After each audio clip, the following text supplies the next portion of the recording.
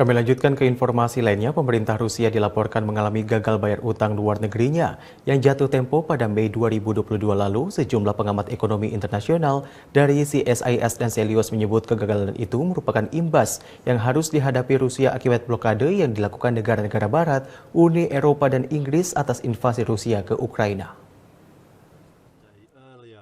Perang yang terjadi antara Rusia dan Ukraina sudah lebih dari 100 hari terjadi, di mana dampak perang telah membuat negara Rusia mengalami gagal bayar utang atau default luar negerinya, yang jatuh tempo pada 27 Mei lalu. Dengan demikian, Rusia kembali mengulang catatan kelam tahun 1918 saat terjadi revolusi Bolshevik. Di sisi lain, Rusia seperti dikatakan Kepala Departemen Ekonomi Center for Strategic and International Studies atau CSIS, Jose Rizal Damuri sebenarnya memiliki kemampuan untuk melunasi utang-utangnya. Sebab Rusia masih menerima pendapatan sebesar 97 miliar dolar Amerika Serikat dari ekspor bahan bakar fosil pada 100 hari pertama perang, serta memiliki cadangan devisa yang tinggi.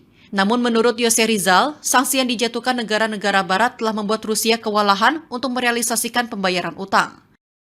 Kebanyakan foreign reserve, cadangan devisa Rusia, itu juga sudah dibekukan oleh negara-negara Barat, negara-negara Amerika Serikat dan juga Eropa.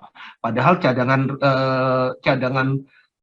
devisa Rusia itu cukup tinggi, kalau nggak salah hampir sekitar 600 miliar dolar ya. Walaupun begitu, Direktur Center of Economic and Law Studies atau Celios, Bima Yudhistira menyebut, Rusia masih memiliki kreditur pengimpor migas terbesar, yakni China, Prancis, Uni Emirat Arab, Arab Saudi, dan India.